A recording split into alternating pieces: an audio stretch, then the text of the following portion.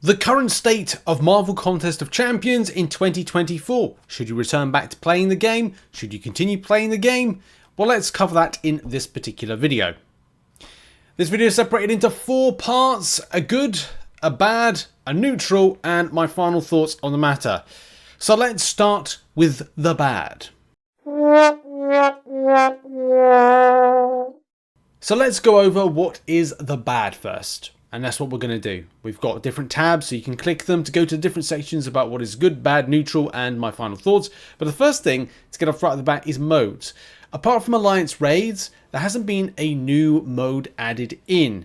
Whether or not it's like a solo grindy mode, that's difficult because we've had incursions, we've got Battlegrounds, and we've got other things that pop up from time to time, like Apothecary and whatnot. But there's not been anything substantially new and consistent, or a game mode that you can play consistently. I would say when it comes to Arena, there's always been this, right, well, if you want units, sadly you're going to have to grind it. There are ways around that with spending money or going to kind of just grab from questing.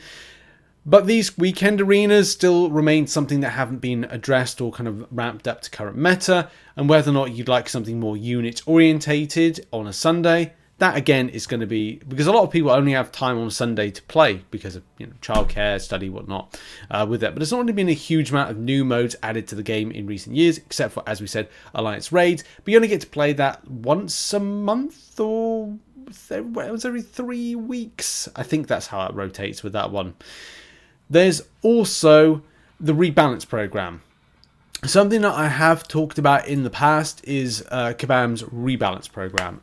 In the last recent week or 2 weeks, it just seems it's gone a bit stale. We don't really find out, and I don't think that any Kabam members of staff that were laid off previously have kind of may have come out from that program to say, oh, by the way, I was laid off and I was part of that program.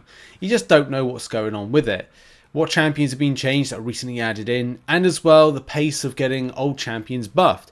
You can look at some of your older champions, and especially if you're returning back to the game from a large leave of absence, you'll be able to go into stuff like your 6 stars, then kind of like sort by level up perspective or rank and whatnot. These are a bad example because there are some good champions in here, but your Iron Patriots, your Taskmasters, there's also other ones down at the bottom that you're just not doing anything hugely with. Superior Iron Man was amongst them. Then you've got other ones in that, and others that got to be brought up. Dormammu is a good example, maybe Thor, Cyclops, both of them, Groot as an OG Groot. Yeah, there's a lot more to name that do need to be looked into. And that's something that still retains a bit of a problem at the moment. And I would say the team has been squeezed. If you remember, again, we covered on the channel that Kabam are very much kind of squeezed with the extent of, well, what they can do. And that may be a problem that is going to be an ongoing problem. It's definitely seen when, you know, Kabam members of staff are going that we can do a better job keeping a line communication open. In the meantime, Dork and I are doing our best to keep up to speed quickly as we can, but we can definitely admit some stuff has dipped off in the meantime. There's been a lot going on, but even so, we want to get things sorted and, if possible, do better than ever. And that's what I really hope. But we don't know behind the scenes what's going on at Kabam. There could be a lot of pressure on them, and as well with the staff not being replaced and those positions not going to be filled because of cost-saving measures, then of course that causes an issue for us and continuing that hype. One thing that's so important is if you continue hype and you continue the cogs moving and players and people talking about the game, then it continues on and it grows. When it stops and starts, you know, people go, what are Kabam doing? What are they up to? What's new? What's exciting? What's teased? Then that particular type of cog movement kind of slows down. But that's down to Kabam. It's also down to Netmarble with how they can mismanage companies below them from a ownership perspective. Let's now move on to the neutral side of things, and in the neutral is spending money. It is such a difficult thing to talk about because it is in the bad and in the good. So it has to be put into neutral. Of course, spending your money in the game can either give something that is positive. You're able to get new champions. You're able to get improvements to what you're farming. And the biggest issue with that is, yes, it creates advantage for some players and doesn't create advantage for those that don't spend in the game. It keeps servers running, it keeps people employed, and of course if they don't make as much money as, say, Netmarble, and Netmarble again is a problem. The bad is Netmarble. The good is they pay developers and the people at Kabam to kind of like create this game that we've loved for the last 10 years. So it's always very much in the middle in the camp, because yes, people who spend money can get an advantage. We've seen that before in things like Battlegrounds, when it comes to matchups and pair-ups. But then on the other side of things is some of that stuff can be farmed for free, but it takes longer. So it's kind of like a good, bad. It kind of switches so much between stuff of you being free to play and you being spending. There are some advantages to getting things like the Summoner Sigil, which we'll kind of touch upon in a minute. Actually, let's touch upon it now. The value of the Summoner Sigil is actually really good, right? It's annoying that it is something that is a paywall to get access to things like the Express Arena mode, or Express kind of like blasting through, extra solo event to get 75 units per week, higher energy frequency refresh, and also increased inventory. The really decent things that would be amazing for free to play, but it's just not there. So what about the kind of the gains from it? Well, to give you a perfect idea, it's about $99 for a for 3,100 units. So let's say for hell's sake, it's $120 to get 3,900 units. If you get the solo event as part of the Summoner Sigil, so it's 75 units per week for 52 weeks of the year, let's just say 3,900 units. And 3,900 units, let's say, costs 1,200. So let's just say 120 pounds or $120 or whatever. That's what we're saying. Divide that by 12 months of the year, which you'll be paying, is working out as $10 per year. So effectively, it pays for itself in the units you take home. That's a very kind of crude and kind of quick example to say about the value, but you do get back what you put in. Yes, Kabam are giving you back something that they can give you for free, of course, but if you wanted extra units, you've got over the space of a year, the same value for what we said. Again, as I said, it's not a great way to explain it, but it's a way to explain it. So yes, the money side of things is a very difficult, like in the middle type thing with it. You can see some advantages, but also the meta for it does shift off from what the players in, say, Valiant are, and that's an issue as well. Kabam have to redo the Summoner Sigil. They have said they're going to do it, but again, this is all about communication and other factors. The Black ISO market is something that needs to be addressed, especially for those that are Valiant, with it being a bit kind of like out of whack with stuff.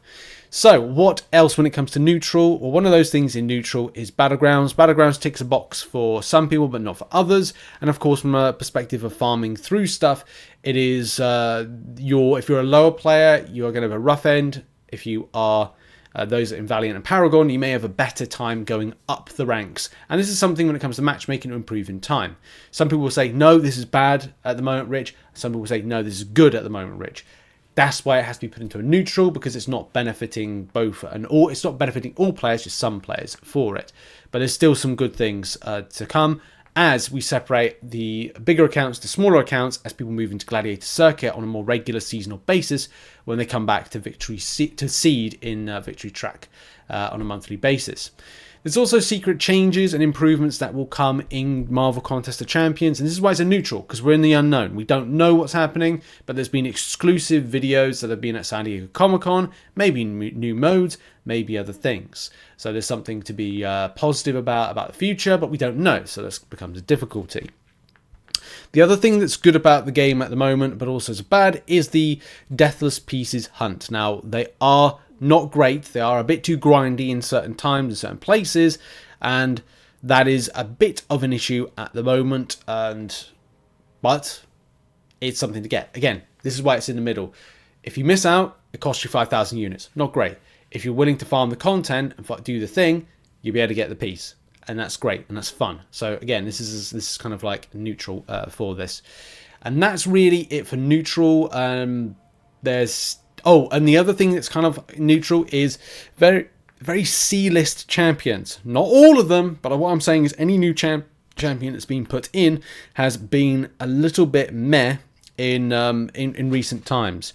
And I'm not, by the way, I'm not saying champions, I'm saying characters.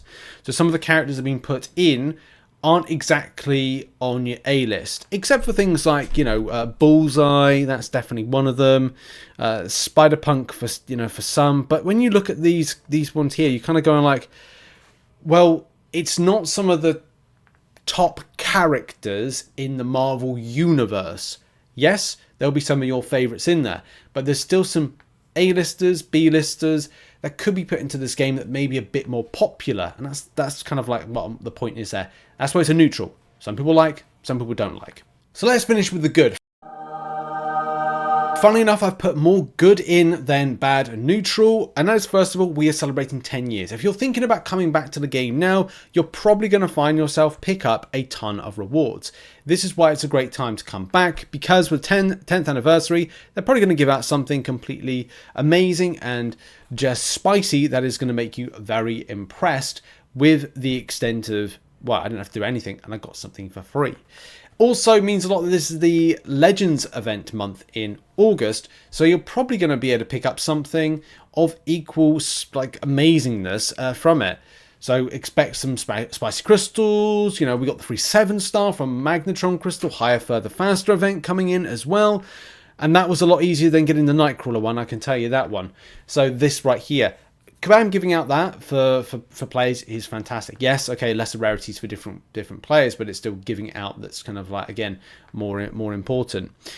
Kabam's Super Daily event, if you remember recently, Kabam put out the Super Daily event. They're more than likely going to bring that back because players liked it, and it'd be weird if they didn't bring it back. And of course, that's probably going to be a thing.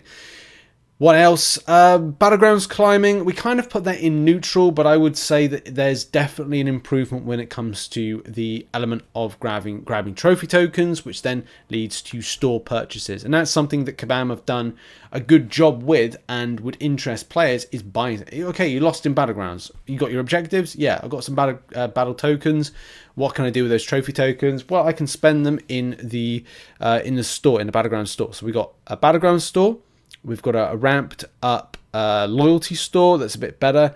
We've got a slightly improved glory store. We've got the incursions crystals, so you can get a 7-star from them. And we've got traders outpost, which has been the saga based thing, so you get extra purchases of things throughout the month. And that is cool. It's cool to have all these stores. I've probably missed out a store, but at least these things are in so that it's free to play. You know, you can grab something nice from them and you get choice. Kabam in the past would not give you so much choice, but at least with this you get choice of what you want to pick up.